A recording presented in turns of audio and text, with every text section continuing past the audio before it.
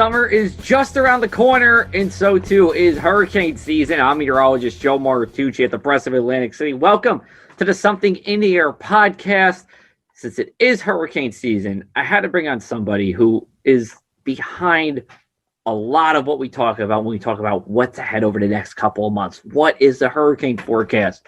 Today we have Jhordanne Jones. She's a PhD student at Colorado State University. And yeah, we're going to talk about Colorado and hurricanes too in the interview, but she's telling us about the hurricane forecast, what goes into it, the new changes for 2021, plus her journey from Jamaica to Colorado. So really cool interview. I enjoyed it. I think you're going to learn a lot about hurricane season and a lot about what goes into these kind of forecasts. It's not just something you kind of whip together and throw out there. It takes a lot of time, and she said even months of research for here. So without further ado, let's turn it over to her, Jhordanne Jones. This is the Something in the Air podcast.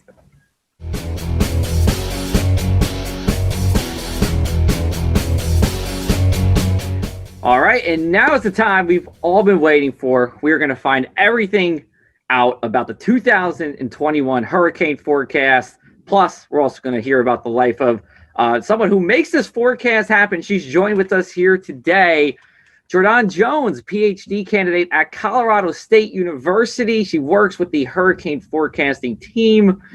You are coming to us all the way from Fort Collins, Colorado. I think you are the furthest person we've ever had for this podcast. So welcome. How's it going? Thank you. And it's going great. Beautiful. I have to ask, first question off the top here. If you had to describe the 2020 hurricane season in one or two words, what would you describe it as? Exhausting. Exhausting. Exhausting. Yeah. A record-breaking season for the Atlantic Hurricane Basin, not just with the number of named storms, but with the number of storms that made landfall in the U.S. Here in South Jersey, we had two of those. Well, really one. Tropical Storm Faye made landfall, and then we had Isaias, which made a close pass by. Do you remember any of those two storms? Any special memories from those? I know they were fairly low on the totem pole compared to what else happened. That is true. I shouldn't say so, because all storms are important. And unfortunately, no, I don't have any special tidbits for those storms. They happened at a time when there was this sort of lull in the season, and we were all just sort of on eggshells, just waiting for this this season to pass. And thankfully, Faye and Isaias did not become like the storms that we expected it to, especially since we had incredibly warm sea surface temperatures, even for New Jersey and the extratropical U.S. East Coast. So just thankful that we got out of 2020 relatively. It wasn't as bad as it could have been, but people are definitely impacted. Yeah.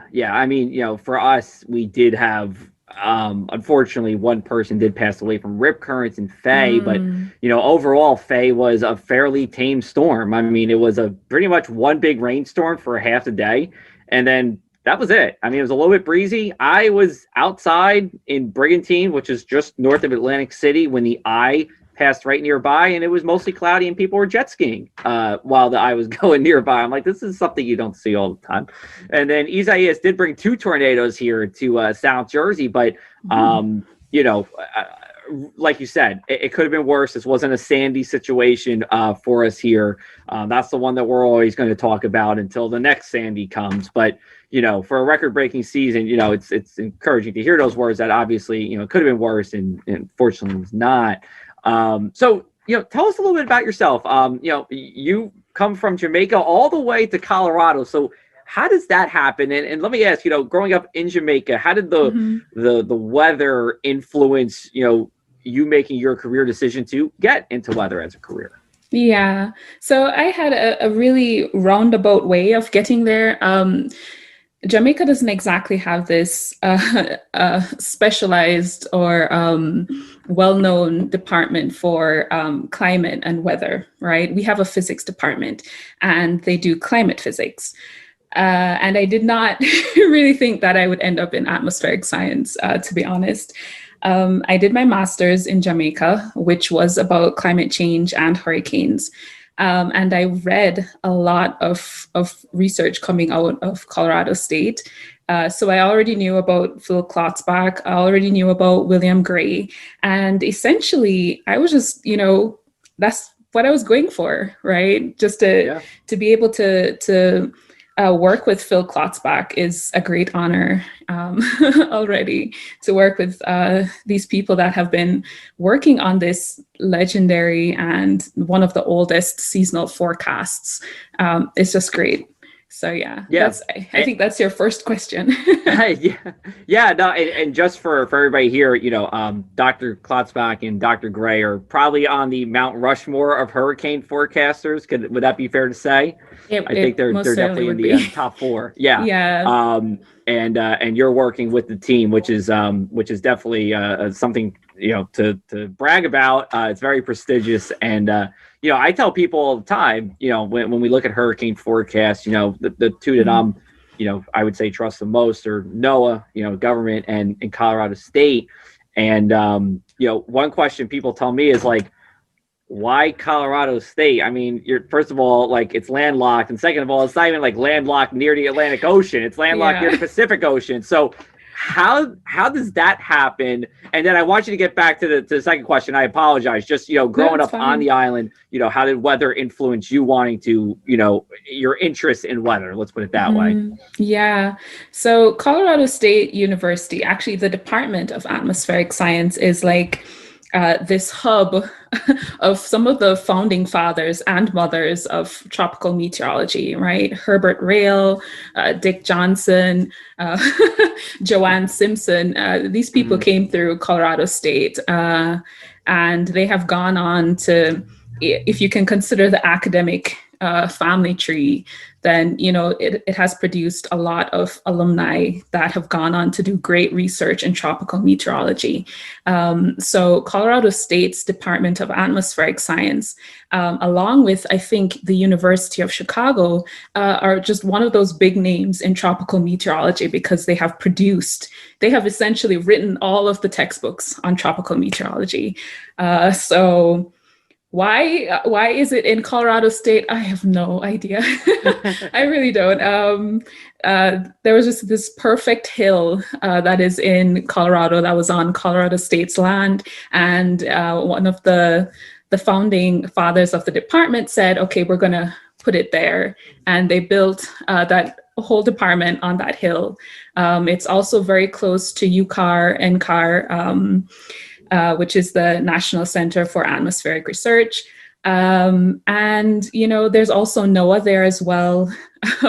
So they have Colorado is like this hub, this mecca for atmospheric research. And, in Colorado, the weather changes so quickly. There is just so many phenomena to look at. So, why not add hurricanes to the list? I guess not. Yeah, why not? So a little bit different than growing up in Jamaica, then, I would say. Yeah, definitely very different. I was not ready for the dry air. I'm definitely from 80% humidity. But to your question about my love and my growing interest for weather and climate, I didn't really start out in climate and weather. So we're the tropics. We know about hurricanes, it's a livelihood for us at this moment. One hurricane's come through and, it's just like another day. But it was so interesting that I was in high school when Hurricane Ivan in 2004 rolled through, and the eye wall, I think, skirted over us. So we saw that cool phenomena where the winds go one way and then they move another way. And it was just terribly impactful, right? In more ways than one. But, it was this phenomena that happens to us literally all the time. We even have songs about it. We have a song about Hurricane Gilbert, which I cannot sing. That was gonna be my next question. Let's just take that idea to read it right now. All right. But Yeah, we're just so intimate with hurricanes and what can happen after hurricanes with the impacts that, it was just something to be pursued, really, the study of hurricanes and how to predict hurricanes and whether or not we can do that ourselves in the Caribbean. So let me ask, I guess obviously hurricanes are pretty much a way of life. What were your thoughts on how we perceive hurricanes in the United States when you came here? Was there any difference in how, people in the United States would think about hurricanes and people in Jamaica, or was it about the same? Yeah, that's also another interesting thing about Colorado. I'm not sure what it's like in New Jersey, but Americans do have this incredible enthusiasm for weather. Like, you will know about a hurricane, but you will run to it. People have a little more interest in knowing what's going to happen this season.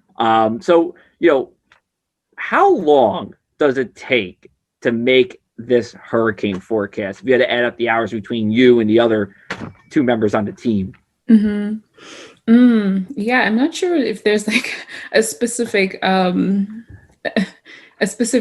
set of time. First of all, Phil Klotzbach is essentially the one putting together the document and the statistics and the models.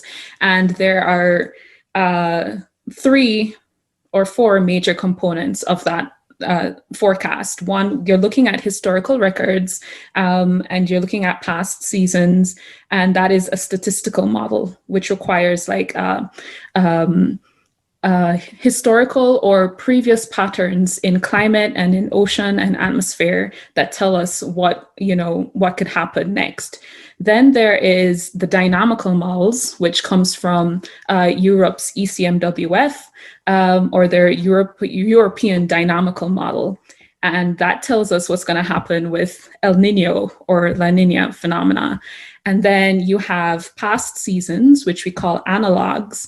And they're essentially, what we're trying to do is to try and pick those seasons that have similarities to what we are predicting using both the statistical and the dynamical models. So there's a lot of a lot of things going into it. And it's not just Phil or Michael or me. There are people also that's affiliated. There are people who contribute a lot to those calculations as well. And, it does take a long while to build that. It will probably take like a month to put the entire document together. But for anything else extraneous, it does take a little longer.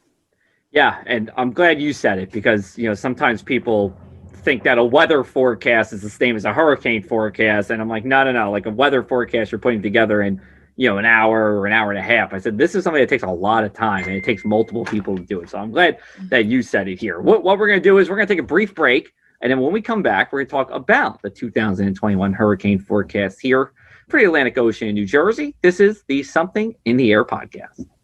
Hey everyone, it's meteorologist Joe Martucci again. Every time I do a talk, I say if I could take this job again, I would take it 10 times out of 10. And that's for many reasons. One, weather just matters more down here. I've been in many corners of the state, and when it comes to southeastern New Jersey, weather is the most important thing I always hear. Whether it's for tourism, whether it's for farming, or whether it's for boating, well, weather just plays a big role. And not only that, here at the Press of Atlantic City, we're able to give this information to you any way you want. You want it in your newspaper? We got it. You want it in videos? We got it. You want it on our website? Yeah, we have that too.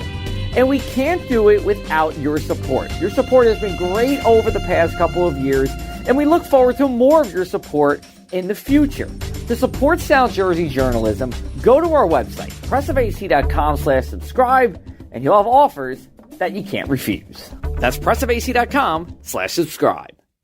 And we are back, everybody. Thank you for listening to the Something in the Air podcast here at the Press of Atlantic City and produced by Stockton University. Join with me, someone from Colorado State University, all the way out west, Jhordanne Jones. She's a PhD student at Colorado State University, specializing in hurricane forecasts. And we are going to get to the moment that I think many people on this podcast who are listening have been waiting for, which is, what is the actual forecast for 2021? Please don't let it be as bad as last year. Please don't let it be as bad as last year. So tell us, will it be as active as last year? Is that what you believe the forecast will be?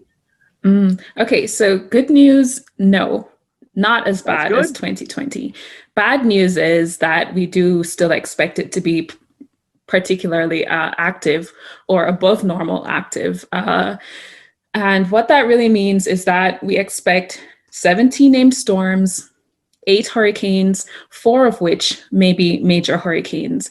And that also means that we expect an accumulated cyclone energy unit or value of 100 and I think 150, I think, is what you have. And just explain for everybody what and we call it the ACE. Right. What the ACE is. It's cool, or at least it sounds cool, but it's actually not. So it is a metric or an index that combines the duration of a storm. It combines the intensity of a storm, therefore how large or how high the wind speeds are, and it also takes into account the frequency. So how many storms have actually formed, and higher than 111 units of ACE is actually incredibly active, right? Or normal active. Yeah. Actually, let me take that back. It is above normal, which means that the likelihood of being impacted by a storm, whether it's tropical storm or not, can still be pretty bad. Which is why Joe, you probably also noticed that all the percentages of the landfalling probabilities have increased for literally everyone across the Gulf of Mexico and the U.S. East Coast. Yeah, and we'll jump into that. And, our 4 counties here along the coast, Cape May, Atlantic, Ocean, and Monmouth, are all above average. On average, for a hurricane to pass within 50 miles, which is not that far, if you guys, thinking about, we're talking about from about Manahawkin down the Parkway to about Avalon. Jhordanne, I know you know, well, to have you here one day, and I'll take you from Manahawkin down to Avalon. But about 50 miles, not that far. On average, is a 6% risk for all of the coastal counties except for Monmouth, which is a 3%. This year, we're almost doubling that. You have a 10% risk for Cape May, Atlantic, and Ocean, and a 6% chance for Monmouth. And what I want you to explain, this is a little more philosophical, but what does that 10% actually mean? Like, should people be concerned? Should people not be concerned? Because it's more than average, but it's still relatively low risk. That is true. Yes. So we tend to calculate the landfalling probabilities by taking into consideration all of the hurricane stats for all of the storms that have impacted you in the past, and it does work out to be a pretty low percentage, but it also means that if we double that, you've been impacted by one storm, just one storm, like Hurricane Sandy in 2012. It means that even if you have just one storm, it doesn't tell you what the impacts could be. Like, for instance, if a storm decided to sit over New Jersey for an extended period of time, that landfalling probability would not be able to classify or to tell you about that, right? It only tells you what has happened in the past. And you know by Hurricane Sandy that, extremes do happen even in hurricanes. Yeah. And I think, comparing to last year, right, we had our 2 tropical storms. I think people would take those 2 tropical storms rather than one hurricane, or really it was a post-tropical cyclone, but we won't go there. But one hurricane to make landfall. And just to give people a kind of what we're working with here, so we said on average, right, 6%, for a lot of these counties along the shore. Miami-Dade County in Florida is 23% risk. Palm Beach County is 22% risk. Just to give you an idea of what we're working with here. When when you're looking at these, these forecasts, could you talk a little bit about geography and hurricanes? Because I think people, and myself included, we tend to maybe not always think about like where you actually are on planet Earth, determines your risk of landfall. Like if you're jutting out into the ocean, Right. for example, or if you're not. Could you talk about that, from an East Coast perspective? Mm-hmm. Sure. So hurricanes have this general path that happens. We're talking about just basic here. Yeah. So it will travel generally from the coast of Africa straight across to the Atlantic, to the Caribbean, Gulf of Mexico, and somewhere within the Gulf of Mexico, it starts to naturally curve north. And interestingly enough, it follows, that US East Coast trajectory, really, right? And that is for a number of reasons. For one, it's easier for it to literally coast along the coast because land for it is pretty bad. Dry air from across the US the continental US forces it to move along the coast as well. So if you do jut out a lot, depending on whether or not the hurricane or the extratropical storm is that near to the coast, you will definitely be impacted by it. Most storms tend to fizzle out by then because you have a lot of shear, which is essentially just imposing winds in different directions that tears that storm apart. But there are also storms that have an incredibly strong or resilient vortex. And it doesn't matter if you're jutting out or, relatively protected by coast, you will still be impacted. Just depends on how intense that storm is and, how well it transforms into an extratropical storm. Sure. And just going back to New Jersey again, I mean, Monmouth County has half the average, on average, half the risk. Mm-hmm. And that's because if you think about New Jersey, everybody, Ocean County kind of protects Monmouth a little bit. If a storm's going from south to north, it's going to hit Ocean County before it even gets into Monmouth. So that's why it's a little bit lower. It doesn't mean the impacts won't be bad. Right. Look at Sandy, it made landfall right north of Atlantic City. To the north of there is where we saw the strongest damage, as opposed to the south. But, just give you an idea of that. When, we talk about this kind of, hurricane season, are there any times, that we're looking for an unusually active period? Obviously your September, October is very active. Are there any times that you could point out that would, hey, be on more alert than usual? Mm-hmm. Yes.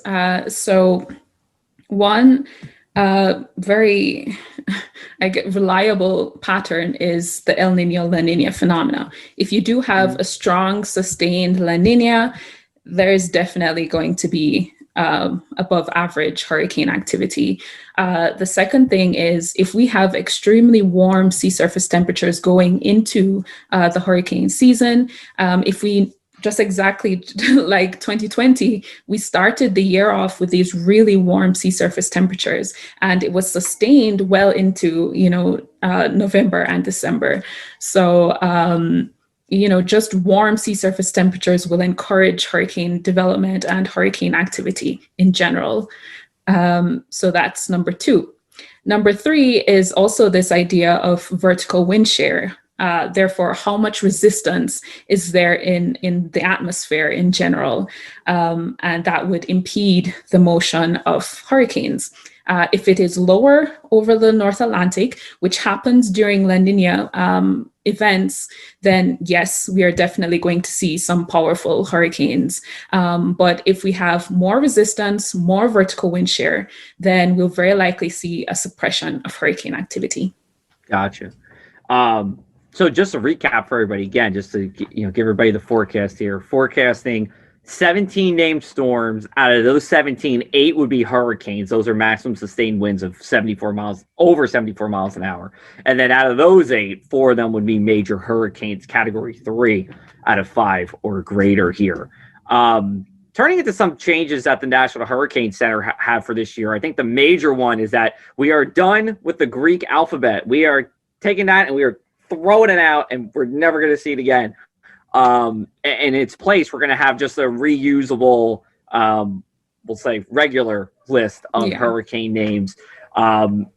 Just tell me your opinion on that. And what you felt going later into the season where we were using these Greek names. I think we had Theta and Eta at the same time, which probably sounds a little confusing. And some of them we had to retire because they were so impactful that we had to retire. So there was a little conundrum with that. So just tell me what your opinion is on that. And if you know the story, just like what the story is about retiring these Greek hurricane names. Mm-hmm.